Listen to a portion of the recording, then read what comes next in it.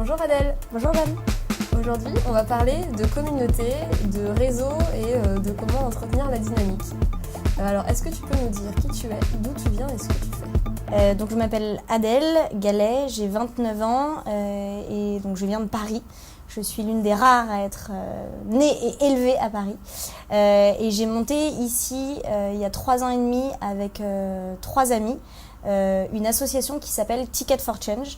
En fait, nous, on est parti d'un constat de base que je pense on a un peu tous autour de nous, qui est qu'il y a plein de gens qui ont le talent, le potentiel et l'envie d'agir pour résoudre des problèmes de société. Il y a 94% des gens en France qui sont capables de dire « je veux agir pour la santé, l'environnement, la cause des réfugiés, etc. » Le problème, c'est quand on leur demande est-ce qu'ils le font vraiment, là, il n'y en a que 20% qui le font vraiment, il n'y en a que 6 qui le font en tant qu'entrepreneurs. Et donc nous, en fait, notre mission chez Ticket for Change, c'est comment est-ce qu'on réduit ce fossé entre les gens qui ont envie d'agir et ceux qui le font vraiment. Et du coup, on développe en fait des formations et des programmes d'accompagnement à l'entrepreneuriat à impact, donc de l'entrepreneuriat qui a un impact positif sur la société.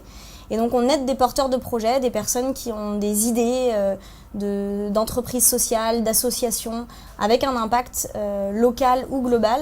On les aide à concrétiser ces projets en des entreprises ou des associations viables, pérennes, etc. Ton équipe et toi, vous avez réussi à agréger un bon nombre de personnes autour de Ticket for Change. Est-ce que tu peux nous expliquer comment est-ce que vous vous y êtes pris ? Ouais, c'est vrai qu'on a beaucoup de chance aujourd'hui. On a énormément de personnes qui nous suivent, que ce soit sur les réseaux, des partenaires, nos alumni, etc. On n'a pas agrégé une communauté, mais vraiment des communautés qui forment une communauté, un ensemble Ticket for Change. Parce que c'est ça qui est vraiment fort, je pense, c'est qu'elles interagissent beaucoup aussi entre elles. Alors que c'est des communautés qui ne se parlent pas normalement. Donc on en a plusieurs. Tout d'abord, il y a la communauté des personnes qu'on accompagne, des entrepreneurs. Donc chaque année, en fait, on sélectionne une 50aine de porteurs de projets qu'on accompagne pendant 6 mois à développer leurs projets. Et donc ça, c'est des personnes qui vraiment ont vécu une expérience très forte avec nous. Parce que la particularité de ce programme d'accompagnement qu'on leur propose, c'est que c'est une véritable expérience de vie. Il y a une communauté aussi de bénévoles. Depuis 1 an, en fait, on prototype un réseau la formation d'un réseau de bénévoles qu'on appelle les connecteurs. En fait, c'est des gens qui ont envie d'agir localement dans leur région, mais qui n'ont pas forcément, il n'y a pas forcément de dynamique autour des questions d'innovation sociale qui restent encore malheureusement l'apanage des grandes villes et donc qui ont envie en fait d'avoir des outils, des méthodes pour créer des dynamiques locales. Et donc nous en fait on a fait un appel à candidature et on a sélectionné des bénévoles dans 4 villes pilotes. Aujourd'hui il y en a 40 et on est en train de recruter dans 2 autres villes, donc il y en aura bientôt 90 qu'on a formés, qu'on a fait venir à Paris. On a formé pendant 3 jours et on les a. Et donc eux en fait on leur a fait vivre une mini expérience Ticket for Change, non pas en 6 mois comme à nos entrepreneurs, mais en 3 jours. Et là encore, c'est beaucoup ça qui a joué, c'est de leur faire vivre cette expérience ensemble pendant 3 jours, avec énormément de contenu, d'ateliers, de travail sur pas seulement des choses intellectuelles, mais aussi un aspect développement personnel qui est important. Et voilà, et donc ces bénévoles, pareil, ils forment maintenant une vraie communauté hyper active et hyper soudée. Une 3e communauté, c'est celle des MOOCers. En fait, on a créé un MOOC où en fait, ça s'appelle Devenir entrepreneur du changement. C'est vraiment pour permettre à chacun de monter son projet d'innovation sociale. Et donc là, il y a 53 000 personnes dans le monde qui se sont inscrites dans 160 pays, et notamment beaucoup en France, évidemment. Et là, pareil, il s'est créé des choses incroyables. Il y a des gens qui se sont rencontrés, qui se sont mis à monter des projets ensemble. Nous, on a cet exemple, on a Kylia et Colline qui étaient à Toulouse. Il y avait Colline qui portait un projet, Kylia qui a fait le MOOC et qui a fini par quitter son travail en banque pour rejoindre le projet de Colline. Elles se sont rencontrées pendant une MOOC session et ensuite elles ont rejoint notre programme d'accompagnement. Et ensuite, il y a la communauté de nos partenaires que je considère comme une vraie communauté. Nous, on a des partenaires financiers. Ça fait donc 3 ans et demi que pour certains, ils nous soutiennent. On a 98% des partenaires de la première année qui sont toujours là aujourd'hui. Et c'est vraiment, quand on monte notre plaquette de logo, vraiment derrière chaque logo, il y a des individus hyper engagés qui nous suivent depuis le début. Là, on vient de commencer notre programme d'accompagnement de 6 mois. On les a fait venir pendant toute une soirée pour rencontrer les 60 entrepreneurs de cette année. Ils ont pris le temps d'échanger avec eux en petits groupes, de les rencontrer, etc.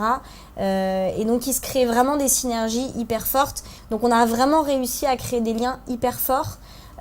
Justement en les faisant participer à l'expérience, et ça c'est super important.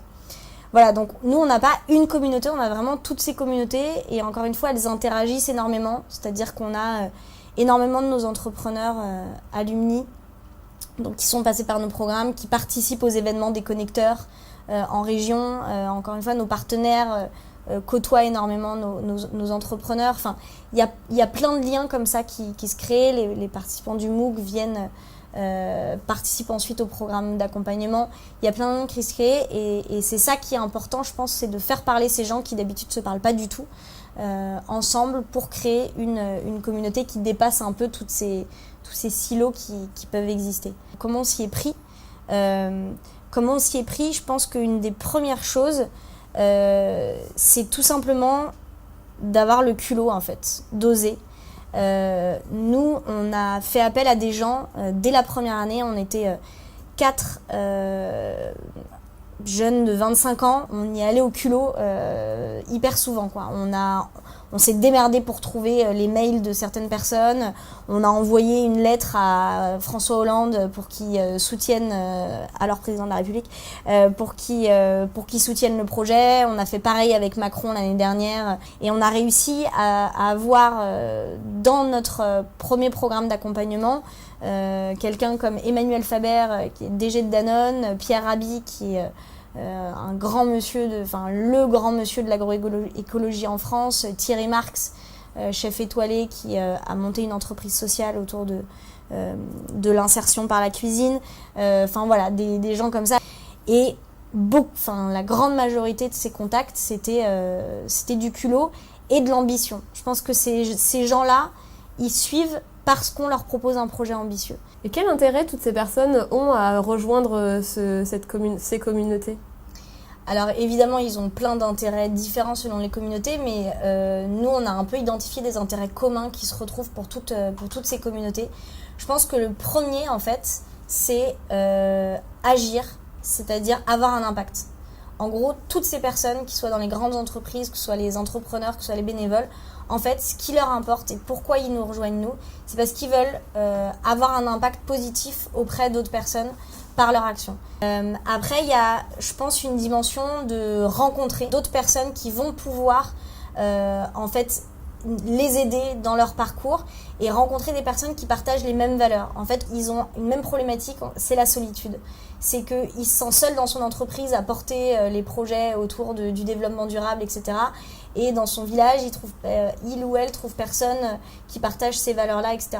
Et donc, en fait, c'est vraiment l'idée de rencontrer un groupe de personnes qui partagent ces valeurs et ces ambitions. Après, il y a la troisième chose, je pense, c'est s'inspirer. Il y a beaucoup de personnes qui nous rejoignent, qui sont là pour en fait avoir une dose je dirais même derrière inspiration, d'énergie en fait, d'espoir, de se dire ok, il y a des alternatives, il y a autre chose qui se passe, il y a des dynamiques, il y a des gens qui se bougent. Et enfin le dernier, je pense que c'est apprendre. Beaucoup viennent pour apprendre. Aujourd'hui, comment est-ce qu'on innove, nos partenaires par exemple, comment est-ce que des jeunes innovent dans leur secteur, arrivent à réinventer en fait la mobilité, l'habitat, l'emploi. Les bénévoles, ils viennent pour apprendre comment est-ce que on anime des événements, on anime des communautés, on crée des dynamiques autour de l'innovation sociale. Est-ce que tu utilises des outils ou des méthodes particulières pour garder le lien justement avec ta communauté ? Oui, on en utilise plein et en fait, c'est des choses parfois très bêtes. Il ne faut pas forcément aller chercher des nouveaux outils, des nouvelles méthodes. Enfin, en fait, souvent, les choses sont à portée de main et il suffit de bien les faire et de les faire régulièrement. Je pense qu'encore une fois, la méthode de base, c'est la régularité, le suivi. C'est de faire en sorte que ces gens, ils entendent parler de nous. Très concrètement, par exemple, avec nos partenaires financiers, tous les mois, on leur envoie la news partner, la Partners for Change. Voilà, on leur dit les nouvelles de nos entrepreneurs, les nouvelles de Ticket for Change, qu'est-ce qui va se passer dans le mois à venir, qu'est-ce qu'il faut retenir, etc.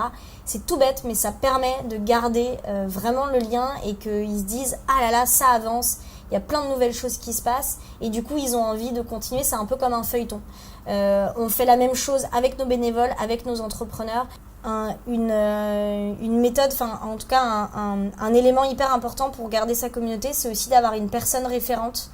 Que ce soit pour nos bénévoles, pour nos partenaires, pour nos entrepreneurs, on a à chaque fois une personne qui est identifiée comme la référente et qui permet en fait de créer un vrai lien humain avec la communauté. Après, ça ne veut pas dire qu'il n'y en a pas d'autres qui interagissent, etc. Mais c'est hyper important d'incarner et de personnifier le lien. Que ce ne soit pas Ticket for Change et sa communauté, mais vraiment une personne. Est-ce que tu as une phrase choc qui marche à tous les coups ? Alors, je vais piquer une phrase à un de nos pionniers et un ami à moi qui me la prêtera, je pense, avec légitimité. Il dit « Au pire, ça marche ». Et je pense que c'est vraiment ça. Il faut de toute façon se lancer. Il ne faut pas hésiter. Je pense que quand on porte un message et des valeurs hyper fortes et qu'on est authentique, on va trouver des gens qui vont partager ces valeurs et partager ces messages et qui vont avoir envie de nous suivre. Et après, il faut vraiment se lancer, y aller. Il y a peu de gens en fait qui osent partager justement ce qu'ils pensent, ce qu'ils veulent. Mais ensuite, on se rend compte qu'il y a énormément de personnes en France ou dans le monde qui partagent ça. Donc voilà, je pense que c'est lancez-vous et au pire, ça marche. Merci Adèle. Merci.